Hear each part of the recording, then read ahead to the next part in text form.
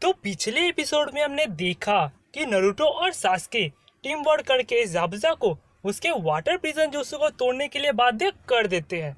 उसके बाद काकाशी सेंसेई अपने शारिंगन की मदद से ज़ाबुज़ा के हर एक jutsu को कॉपी करके उसे हरा देते हैं और उसे मारने जाते ही हैं कि village hidden in the mist का एक ब्लैक अनबू उसे पहले ही मार देता है, क्योंकि ज़ाबुज़ा उस विलेज का एक बहुत बड़ा अपराधी था और वह ज़ाबुज़ा को लेकर वहां से चला जाता है। उसके बाद काकाशी सेंसेई अपने मिशन को पूरा करने के लिए आगे बढ़ते हैं कि वे अचानक बेहोश हो जाते हैं। अब आगे The Forest of Chakra. तो एपिसोड के स्टार्ट में काकाशी सेंसेई ताजुना के घर पर आराम कर रहे होते हैं और सोचते हैं शायद मैंने अपने शारिंगन को कुछ ज्यादा ही यूज कर दिया, जिससे मेरा शरीर इतना कमजोर हो गया है। और वे उठने की कोशिश करते ही है कि वहाँ खड़ी एक लेडी उन्हें उठने से मना करती है और वे दोबारा सो जाते हैं। तभी वहाँ नारुतो और बाकी सब आता है। साकुरा काकाशी सेंसेई से कहती है आपको शारिंगन का पावर इतना यूज नहीं करना चाहिए जो आपको इतना कमजोर बना दे। तभी ताजुना कहता है पर काकाशी ने इतना पावरफुल निंजा को हरा दिया है, इसलिए हमें कुछ दिनों तक चिंता नहीं करनी चाहिए। साकुरा कहती है और वो मार्क्स निंजा था कौन? काकाशी सेंसेई कहते हैं वह village hidden in the mist का अनबू ब्लैक ओप्स का मेंबर था और वो मार्क्स ट्रैकर यूनिट का पहचान होता है। वे कहते हैं ट्रैकर यूनिट खराब निंजा को पकड़कर मार देते हैं और उनके शरीर को भी पूरी तरह से नष्ट कर देते हैं, क्योंकि एक निंजा का शरीर अपने साथ अपने विलेज का बहुत सारा राज लेकर चलता है। इसलिए ट्रैकर यूनिट अपने विलेज से भागे हुए निंजास को मारकर उनके लाश को भी खत्म कर देते हैं, जिससे उनके विलेज के सीक्रेट सुरक्षित रह जाते हैं। उसके बाद हमें उस ट्रैकर निंजा को दिखाया जाता है जहां वो ज़ाबुज़ा के मुंह के कपड़े को काटने जाता ही है कि अचानक ज़ाबुज़ा जिंदा हो जाता है और उसका हाथ पकड़ते हुए कहता है यह काम मैं खुद कर सकता हूँ। उसके बाद हमें पता चलता है कि यह ट्रैकर निंजा असल में ज़ाबुज़ा का स्टूडेंट था और वो मार्क्स उसने ज़ाबुज़ा को वहाँ से बचाने के लिए पहना था। इधर काकाशी सेंसेई को कुछ अजीब सा महसूस होता है और वे कहते हैं तुम लोगों को क्या लगता है उस ट्रैकर निंजा ने ज़ाबुज़ा के साथ क्या किया होगा? साकुरा कहती है हमें कैसे पता होगा, वो तो ज़ाबुज़ा को लेकर कहीं चला गया।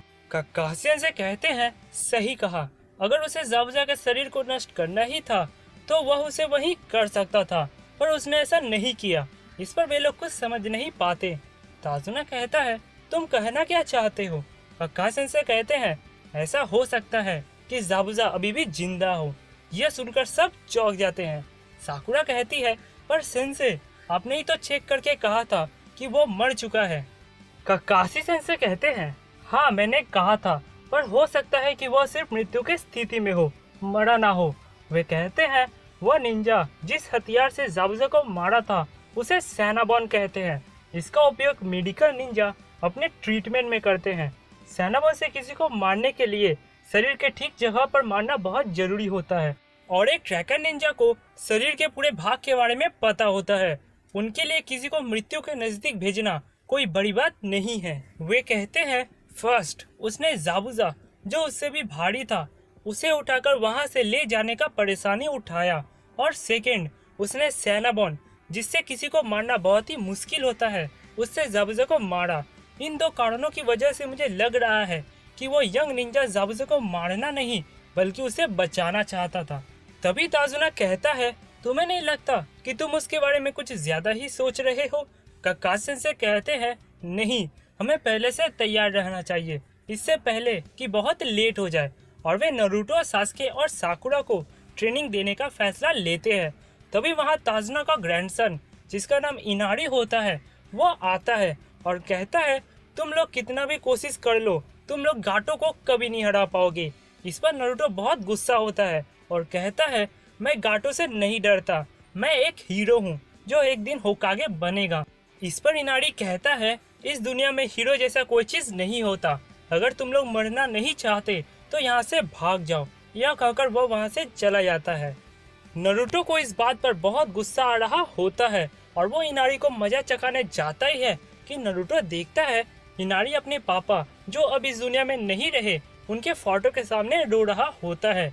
यह देखकर नारुतो भी उदास हो जाता है।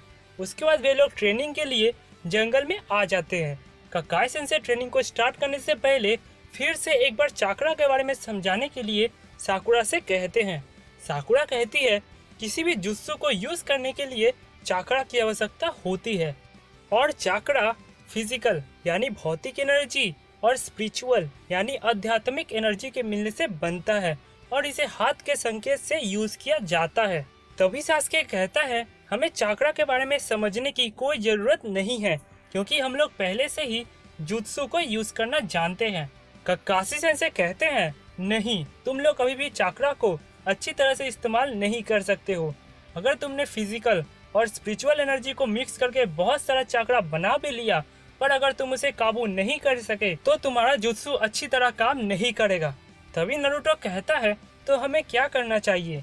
काकाशी सेंसे कहते हैं तुम्हें सीखना होगा कि चाक्रा को कैसे कंट्रोल करते हैं और उसके लिए तुम्हें बिना हाथ को इस्तेमाल करके पेड़ पर चढ़ना होगा। यह सुनकर सब चौंक जाते हैं। काकाशी सेंसे उन्हें दिखाने के लिए बिना हाथ को यूज करे पेड़ पर चढ़ जाते हैं। तभी साकुरा कहती है पर सेंसे यह ट्रेनिंग हमें स्ट्रॉन्ग कैसे बनाएगा।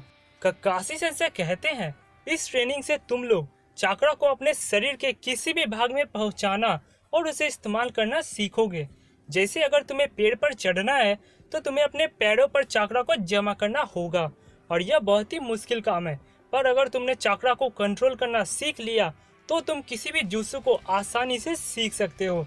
और वे उन्हें 3 कुनाई देते हुए कहते हैं तुम लोग इस कुनाई से जहाँ तक तुम जा सकते हो वहाँ एक निशान लगा देना और दूसरी बार उस निशान से ऊपर निशान लगाने की कोशिश करना। उसके बाद वे लोग अपने पैरों पर चाक्रा को जमा करने लगते हैं और एक साथ पेड़ पर चढ़ने जाते हैं। नारुतो 2 कदम पेड़ पर रखते ही गिर जाता है पर सास्के कुछ दूर तक जाता है कि उसके एक पैर रखने पर वह पेड़ हल्का क्रैक हो जाता है और सास्के वहां निशान लगाकर नीचे आ जाता है और वह सोचता है यह ट्रेनिंग तो बहुत मुश्किल है क्योंकि अगर मैं ज्यादा चाक्रा यूज करता हूँ तो वह पेड़ क्रैक खा जा रहा है, अगर कम करूँ तो नारुतो जैसा गिर जाऊंगा। पर साकुरा उसे एक बार में पूरा कर लेती है। यह देखकर तीनों चौंक जाते हैं। यह सब इनारी पेड़ के पीछे छिपकर देख रहा होता है और सोचता है ये लोग बेकार अपना समय नष्ट कर रहे हैं। उसके बाद हमें जाबुजा की तरफ दिखाया जाता है जहां वह कमजोर होने के कारण बेड पर लेटा होता है और वह निंजा जिसका नाम हाकू होता है वो वहां बैठा होता है। तभी वहां गाटो आता है और कहता है तुम भी उन लोगों से हारकर भाग गए और तुम अपने आप को डीमन कहते हो। और वह जाबुजा को टच करने जाता ही है कि हाकू उसका हाथ जोर से पकड़ता है और कहता है तुम अपने गंदे हाथ से जाबुजा को छूना मत। तभी गाटो का बॉडीगार्ड अपना तलवार निकालने जाते ही है कि हाकू वहां आकर उन दोनों को पकड़ लेता है। हाकू के स्पीड को देखकर वो दोनों चौंक जाते हैं। उसके बाद गाटो जाते हुए कहता है अगर तुम लोगों ने ताजुना को इस बार नहीं मारा तो याद रखना कि तुम्हारे लिए यहाँ कोई जगह नहीं बचेगा और वो वहाँ से चला जाता है। उसके बाद हमें पता चलता है कि जाबुजा गाटो को मारने वाला था पर हाकू ने उसे नहीं मारने दिया क्योंकि अगर वो गाटो को यहाँ मार देता तो रियल ट्रैकर निंजा जिससे जाबुजा छिपे हुए था वे जाबुजा को पकड़ लेते। इधर नारुतो सास्के और साकुरा ट्रेनिंग कर रहे होते हैं पर सास्के नारुतो से बहुत दूर तक निशान लगाया होता है। उसके बाद नारुतो साकुरा से कुछ टिप्स मांग रहा होता है। काकाशी सेंसे नारुतो को देखकर सोचते हैं तुम्हारे पास सास्के से भी बहुत अधिक चाक्रा है और मुझसे भी। तो यहाँ पर खत्म होता है हमारा एपिसोड 3 का एक्सप्लेनेशन। अगर आपको ये वीडियो पसंद आया हो तो लाइक करो और कमेंट करो और अगर आप मेरे चैनल पे नए हो तो यार सब्सक्राइब करो और बेल आइकन को दबा दो। तो चलिए मिलते हैं नेक्स्ट वीडियो में, तब तक के लिए सायोनारा।